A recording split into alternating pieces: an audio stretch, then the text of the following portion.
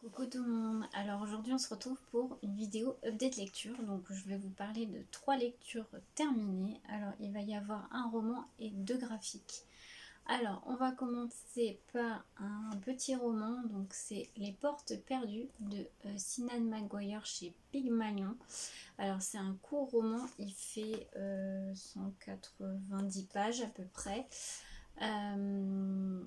que j'ai énormément aimé et c'est une petite surprise parce que déjà c'est un roman court, je m'attendais pas à aimer autant parce que moi j'aime pas trop quand c'est trop court parce que je trouve que les univers sont pas assez développés.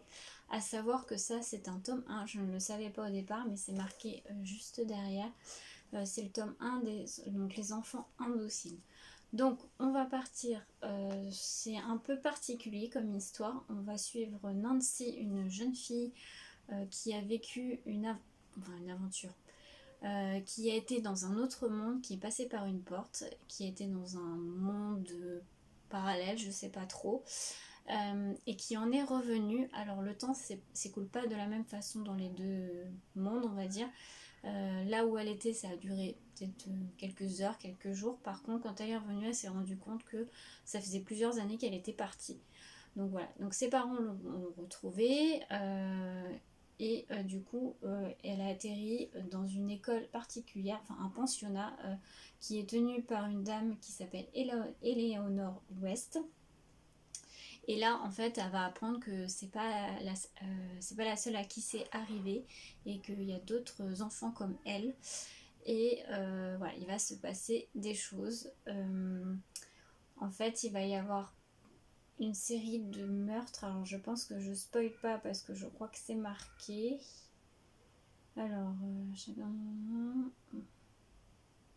ouais, c'est ça. C'est marqué, donc je spoil pas. Il va y avoir une série de meurtres. Et voilà, je vais pas en dire plus parce que je pense qu'il faut pas en savoir plus. Voilà, faut découvrir dans le livre.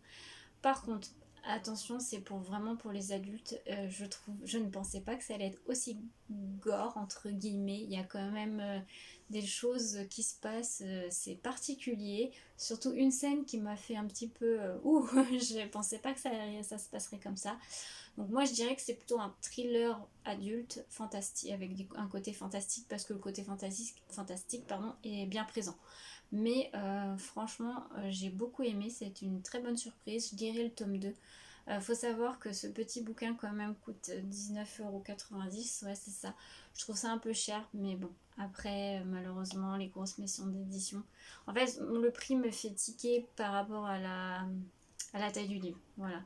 Je trouve que voilà, c'est un peu cher pour ce qu'il y a de. Enfin, pour la longueur du livre, on va dire. Après, l'histoire est super. Enfin, moi, j'ai beaucoup aimé.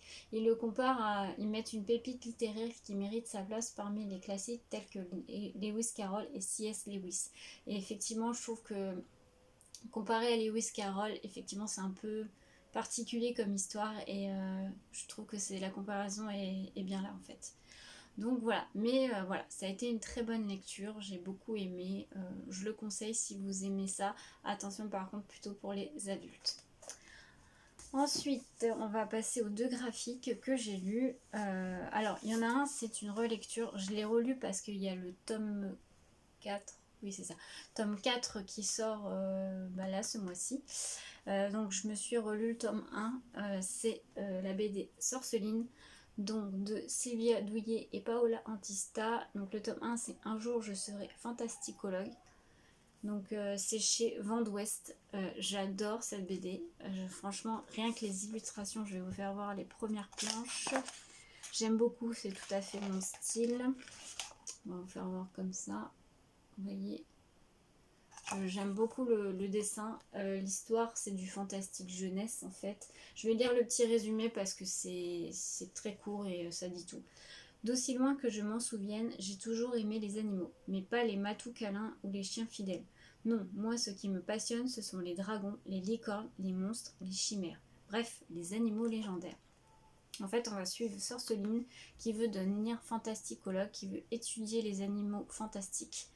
Et en fait, elle va. Je vais pas trop vous en dire hein, parce que c'est comme c'est une BD, c'est court. Donc sinon, je vous spoilerai l'histoire. Et franchement, pour un enfant qui aime bien le fantastique, je conseille parce que c'est super. J'ai beaucoup aimé, enfin je l'ai pas découverte parce que j'avais déjà lu, mais j'aime beaucoup cette saga. Voilà, on voit de tout, on suit Sorceline dans ses petites aventures, ses petites enquêtes. Franchement, c'est très très sympa à lire, donc je le conseille celui-ci. Franchement, très très bonne saga BD. Et donc sachez que le tome 4 sort, je crois que c'est le 12... il est peut-être sorti déjà, je crois que c'était le 12 octobre. En tout cas ce mois-ci, il me semble qu'il est déjà sorti. Donc le tome 2, je l'avais déjà lu. Je crois que le tome 3, par contre, je l'ai, mais je l'avais pas lu. Donc va falloir que je me refais la série en fait. Voilà. Et pour finir, on va partir sur un manga. Alors, c'est le tome 1 de Wandering Witch de Yugi. Alors, l'œuvre originale, parce que c'est tiré d'un animé, je crois. Sinon, c'est l'œuvre originale, c'est Yugi Shiraishi et le manga donc de Itsuki Nanao et Azuri. Et c'est publié chez Kurokawa.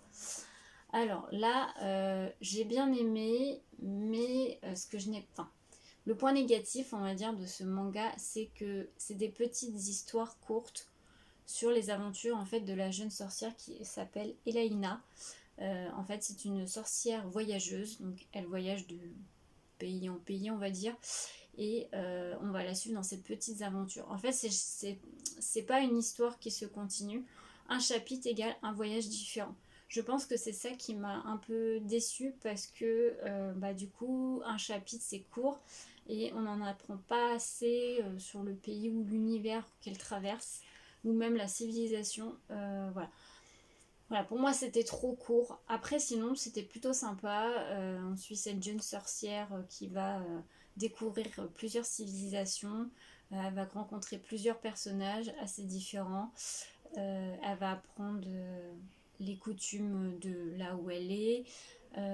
Et elle va rencontrer aussi des créatures, on va dire, fantastiques. Voilà. Mais c'était sympa, mais voilà, il y a un tome 2 qui est sorti. Je pense pas que je lirai le tome 2, je pense que je vais m'arrêter là. Après, voilà, sympathique. Je trouve que pour les plus jeunes, alors il n'y a pas de sang. Voilà, les plus jeunes peuvent le lire. Les dessins sont plutôt bien faits, moi j'aime bien. Moi, je vous fais voir. Voilà. Mais oui, pour les plus jeunes, c'est plutôt sympa, je pense, à lire. En plus, c'est sous forme de petits chapitres, donc franchement, c'est plutôt sympa. Je le conseille pour les plus jeunes. Il est à 7,65 € si vous voulez savoir. Voilà, bon, moi je pense que je vais m'arrêter là sur ce manga, mais voilà, sachez que c'est assez sympa, mais pour moi c'est peut-être un peu trop jeunesse et un peu trop court au niveau, voilà, c'est pas, l'univers est pas assez fouillé, voilà, c'est juste ça. Et du coup, bah voilà cette petite lecture. Alors, c'était pas très long, mais voilà, je veux faire tous les 3 lectures terminées parce que je trouve que c'est très bien. Ça fait pas de très grosses vidéos, mais voilà, moi je trouve que c'est très bien comme ça. Voilà, j'espère que cette vidéo vous aura plu et puis bah on se retrouve un peu plus tard pour un nouvel update lecture. Je vous souhaite une belle journée.